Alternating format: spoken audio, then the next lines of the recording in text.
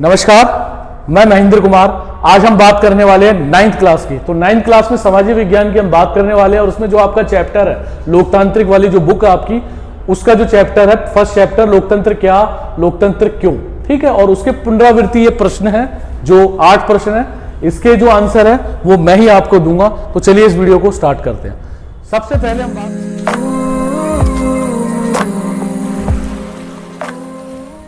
पहले हम बात करते हैं पहले क्वेश्चन की। आपको इनमें से कौन लोकतांत्रिक शासन व्यवस्था की पहचान नहीं है? ये 4 पॉइंट है, इसमें से एक ऐसा है जो लोकतांत्रिक व्यवस्था की पहचान नहीं है। पहला, स्वतंत्र और निष्पक्ष चुनाव, चुने हुए शासकों द्वारा प्रमुख फैसले लेना या कानून का शासन होना। ये तीनों जो बातें हैं ये लोकतांत्रिक व्यवस्था को बताती है। और जो चौथा पॉइंट है तानाशाही शासन व्यवस्था, ये डिक्टेटरशिप को बताती है। तो ये इसका आंसर है। दूसरा क्वेश्चन, लोकतांत्रिक शासन व्यवस्था के पक्ष में तर्क दीजिए। कौन सी ऐसी बात है जो डेमोक्रेटिक व्यवस्था के बारे में हमें बताती है? पहला, प्रमुख फैसलों में देरी होना, नहीं। दूसरा, खर्चीली चुनावी लड़ाई, नहीं। तीसरा, भ्रष्टाचार की संभावना, नहीं। चौथा पॉइंट है इसका, अधिक जवाबदेही, यस। ये अकाउंटेबिलिटी को बताती है कि लोकतांत्रिक व्यवस्थाओं में जितने भी जनप्रतिनिधि होते हैं, सरकार की अकाउंटेबिलिटी होती है जनता के प्रति, ठीक है। तो इस बात का इसका आंसर ये है। तीसरा जो क्वेश्चन है वो रिक्त स्थान भरिए, फिलिंग द ब्लैंक्स।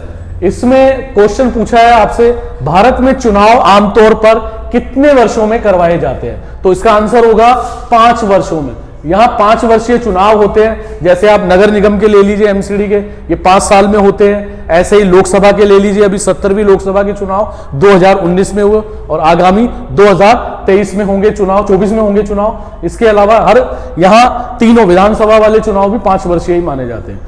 जो चौथा क्वेश्चन है वो आपका है, बहुदलीय शासन व्यवस्था क्या होती है? तो बहुदलीय शासन व्यवस्था का मतलब आप यहां ये ले सकते हैं कि जब चुनाव होते हैं देश में तो वहां 2 दल से ऊपर जितने भी दल होते हैं वो सब बहुदलीय व्यवस्था होती है, ठीक है। जैसे उदाहरण के तौर पे भारत में 2 दल नहीं है, भारत में असंख्य दल है, बहुसंख्य दल है। तो यहां जो है अलग अलग दलों के नाम मैं आपको यहां बता सकता हूं। जैसे भारतीय राष्ट्रीय कांग्रेस 1885 और आप भारतीय जनता पार्टी 1980। इसके अलावा जो है लोक जनशक्ति पार्टी 2001, राष्ट्रीय जनता दल जो है जो लालटेन वाला है, जो लालू प्रसाद यादव का 1997, ठीक है। बीजू जनता दल 1997 और 1993 में आप मुलायम सिंह यादव की समाजवादी पार्टी ले सकते हैं और बसपा को ले सकते हैं, बसपा 1984। या जैसे बहुत सारे जो है बहुदलीय जो शासन व्यवस्था में चुनाव के दौरान अलग अलग जो राजनीतिक दल होते हैं वो भाग लेते हैं और उनको हम बहुदलीय व्यवस्था के रूप में देखते हैं, ठीक है। और ये फ्रांस में भी यही व्यवस्था है। 5वां जो क्वेश्चन है, विपक्षी दल किसे कहते हैं?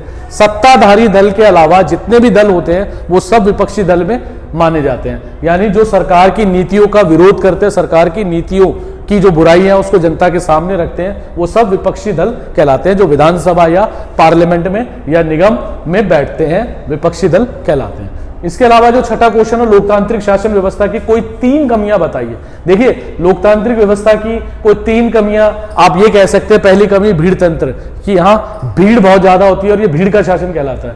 दूसरी कमियां कि इसमें जो चुने हुए मेंबर्स आते हैं वो अनपढ़ भी हो सकते हैं, तो वो व्यवस्था को जो है दूषित करते हैं। तीसरी कमी ये कह सकते हैं आप कि इसमें भ्रष्टाचार का बोलबाला है, क्योंकि उसमें रुपया पैसा लगाकर, ताकत लगाकर जो है कोई भी चुनाव जीत सकता है। तो इस तरीके से कमियां हमें देखने को मिल सकती है। 7वां जो क्वेश्चन है, लोकतांत्रिक शासन व्यवस्था में दूसरी शासन व्यवस्थाओं से बेहतर है। इस पॉइंट को आप स्पष्ट कीजिए, कैसे है ये बेहतर?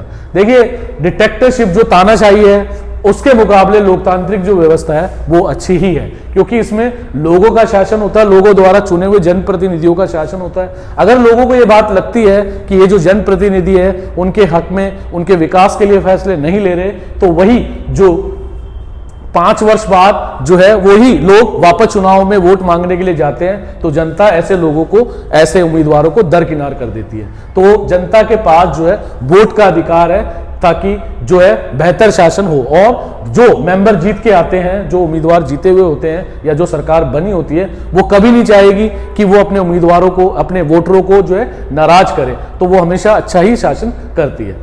जो 8वां जो क्वेश्चन है, लोकतांत्रिक शासन व्यवस्थाओं के गुणों को विस्तृत चर्चा की। देखिए, लोकतांत्रिक शासन व्यवस्थाओं के बहुत सारे गुण हैं, जैसे इसमें देश जो है तरक्की करता है, देश में भाईचारे की भावना रहती है, देश में जो है ऐसी स्थिति बनी रहती है जिसमें सभी लोग या विदेशी जो लोग होते हैं उनको भी अपनी कंपनियां यहाँ स्थापित करने के मार्ग खुले होते हैं। इसके अलावा बहुत सारी जो व्यवस्थाएं हैं जो है वो गुणों को दिखाती है। तो चलिए, अभी के लिए इस वीडियो में इतना ही। थैंक यू, धन्यवाद।